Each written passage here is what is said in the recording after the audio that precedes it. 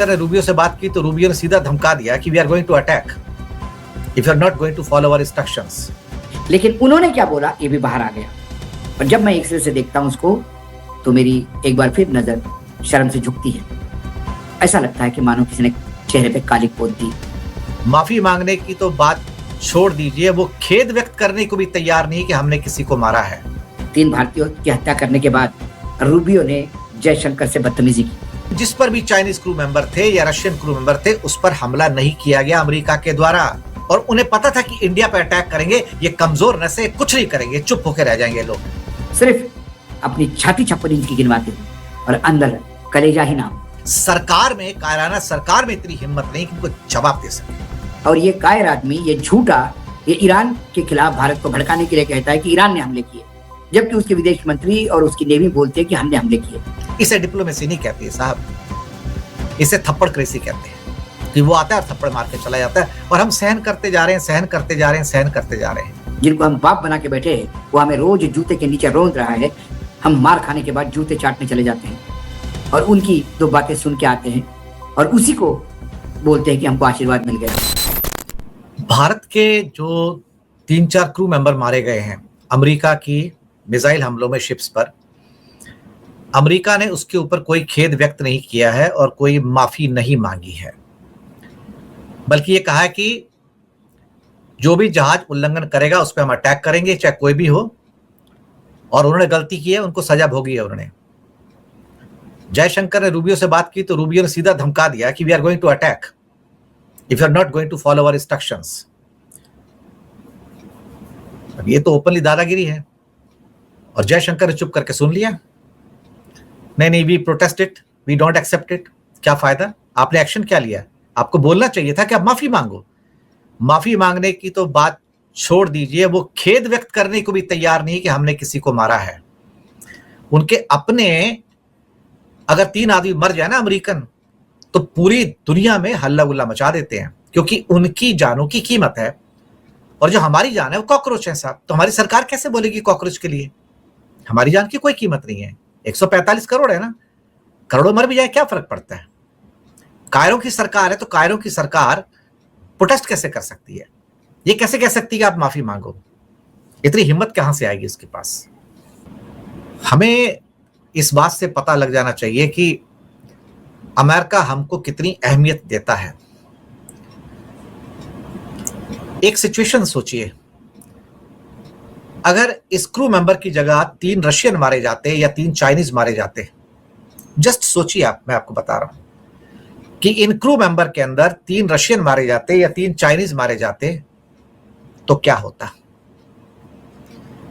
दरअसल दुनिया में जितने जहाज चलते हैं ना, मेरे पास उसके डेटा हैं, उन सब के ऊपर जितने शिपी काम करते हैं क्रू मेंबर, उससे 12% इंडियन हैं। One of the biggest number which comes from a country is one of the biggest is India. 12% crew members are Indian all over the world. हर 100 में से 12 क्रू मेंबर आप किसी भी जहाज पे चले जाओ आपको इंडियन मिलेंगे। मैं आपको बताऊं, चाहे पैसेंजर शिप्स हो या कार्गो शिप्स हो या टैंकर्स हो, कुछ भी हो।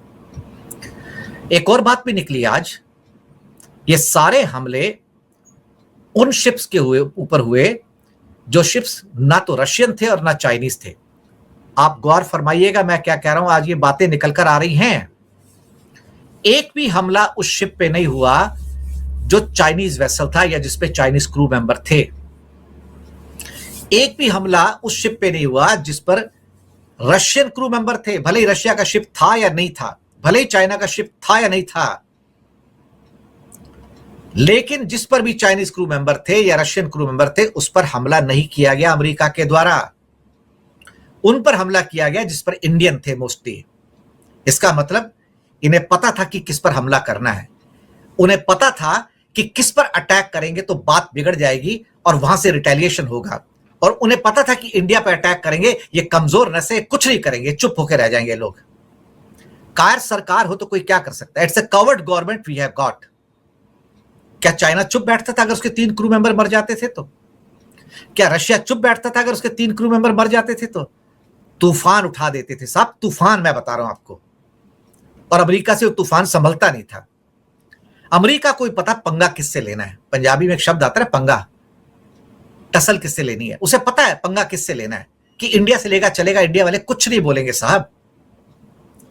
और कहीं चाइनीज वेसल के साथ पंगा ले लो या रशियन वेसल के साथ पंगा ले लो तो मुसीबत है। बीच में अटलांटिक के अंदर रशिया के एक दो शिप पंगा लिया अमेरिका ने, उनको एस्कॉर्ट करके कहीं ले गए, लेकिन अंदर से जो फिर धमकी मिली कि हट जाओ यहां से और शिप वापस कर दो वरना अंजाम उसका हो जाएगा। फिर उसके बाद से बहुत सारे नेवल वेसल्स भी पहुंचे रशिया के और कहा कि अगर आप ये करने जा रहे हैं तो we are going to hit you. उसके बाद अमेरिकन शिप्स वापस चले गए। देखिए मैं आपको बताऊं, अमेरिकन से डरपोक आदमी, इनको सामने से कोई आके मारने की कोशिश कर रहे, भाग जाते हैं ये लोग। ट्रंप को अकेला नहीं भागने वालों में से, इनकी भागने की हिस्ट्री है, भगोड़े हैं ये लोग। ये लोग अफगानिस्तान से भागे हैं, ये लोग कोरिया से भागे हैं, ये लोग वियतनाम से भागे हैं। ये जहां जाते हैं इनको मार पड़ती है, मैं आपको बताऊं। लेकिन मुसीबत यह कि हमारी सरकार में, कायराना सरकार में इतनी हिम्मत नहीं कि इनको जवाब दे सके। जब उन्हें पता लग जाए कि सरकार कायर है, इनको 500 बंदे हथकड़ियों में बेड़ियों में आप डाल के भेज दो, ये कुछ नहीं कहेंगे, तो ऐसा ही होता है साहब। फिर दूसरा बंदा आके कोई भी जूते मार के जाता है, थप्पड़ मार के जाता है। यही हमारे साथ हुआ साहब। इसे डिप्लोमेसी नहीं कहती है साहब, इसे थप्पड़ क्रेसी कहते हैं, कि वो आता है और थप्पड़ मार के चला जाता है और हम सहन करते जा रहे हैं, सहन करते जा रहे हैं, सहन करते जा रहे हैं। What a tragedy for us. बड़ी अजीब बात है। आज दिन भर खबरें चलती रही कि हमारे विदेश मंत्री जयशंकर ने रूबिया से बात करी और खूब भड़काया। ऐसे कैसे आप भारतीय जहाजों पर हमला कर सकते हो। लेकिन जो ट्वीट था जयशंकर का, उसकी जो भाषा थी वो निहायत लचर और लाचारी की भाषा थी। आप उनको कह रहे हैं कि जो कमर्शियल शिप्स है उस पर हमले नहीं होने चाहिए, ये गलत बात है। 3 भारतीय मरे हैं और हमारा देश चुप है। श्रीलंका के वाटर में यदि 2 मछुआरों की हत्या होती है केरल के, तो नरेंद्र मोदी ने आसमान सर पे उठा के रखा था कि कैसी लचर सरकार है। 2 लोग मारे गए और ये सरकार हाथ पे हाथ धरे चुप रहती है, ये कुछ नहीं कर सकती जनता के लिए। मानो जनता लावारिस है, कोई सुरक्षा का प्रबंध नहीं है, कोई भी आगे मार के जाएगा। ये प्रयास कर रहे थे मोदी जी चिल्ला चिल्ला के माइक पर। आज वो खुद सत्ता में है, इस बार तो 3 मारे और उनके दोस्त ने मारे। अब की बार ट्रंप सरकार, उसी ट्रंप की नेवी ने मारे 3 जहाजों पे हमले।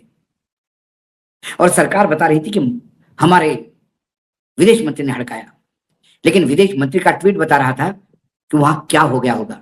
हमने कल के कार्यक्रम में ये आशंका भी दर्शाई थी, कहीं ऐसा तो नहीं कि उन्होंने कहा था ए फोन रख नीचे। लेकिन उन्होंने क्या बोला ये भी बाहर आ गया। और जब मैं एक्सरे से देखता हूं उसको, तो मेरी एक बार फिर नजर शर्म से झुकती है। ऐसा लगता है कि मानो किसी ने चेहरे पे कालिक पोत दी। क्योंकि मैं भारतीय हूं, भारत से प्रेम करता हूं, ये मेरा देश है, मेरे देश की सार्वभौमता है, मेरे देश की आजादी है। मेरे देश के किसी एक व्यक्ति पर भी कोई विदेशी ताकतें हल्ला करके उसको मारती है तो ये देश के ऊपर आक्रमण है। लेकिन जो सरकार नाकारा, सिर्फ अपनी छाती 56 इंच की गिनवाते हो और अंदर कलेजा ही नाम, तो सिवाय लाचारी से क्यों मारा भैया, क्यों मारा भैया, इसके आगे कुछ नहीं कह सकते। क्या हुआ? 3 भारतीयों की हत्या करने के बाद रूबियो ने जयशंकर से बदतमीजी की। 56 इंच मोदी की जुबान पर ताला, फर्जी डंका बजा रहे थे बेशरम गोदी।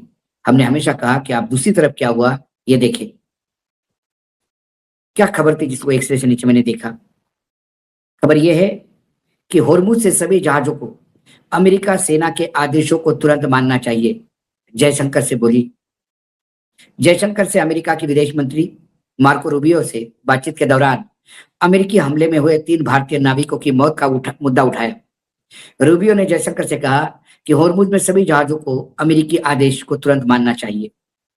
भारतीय विदेश मंत्री एस जयशंकर ने शनिवार को अमेरिकी विदेश मंत्री मार्को रूबियो से बात की।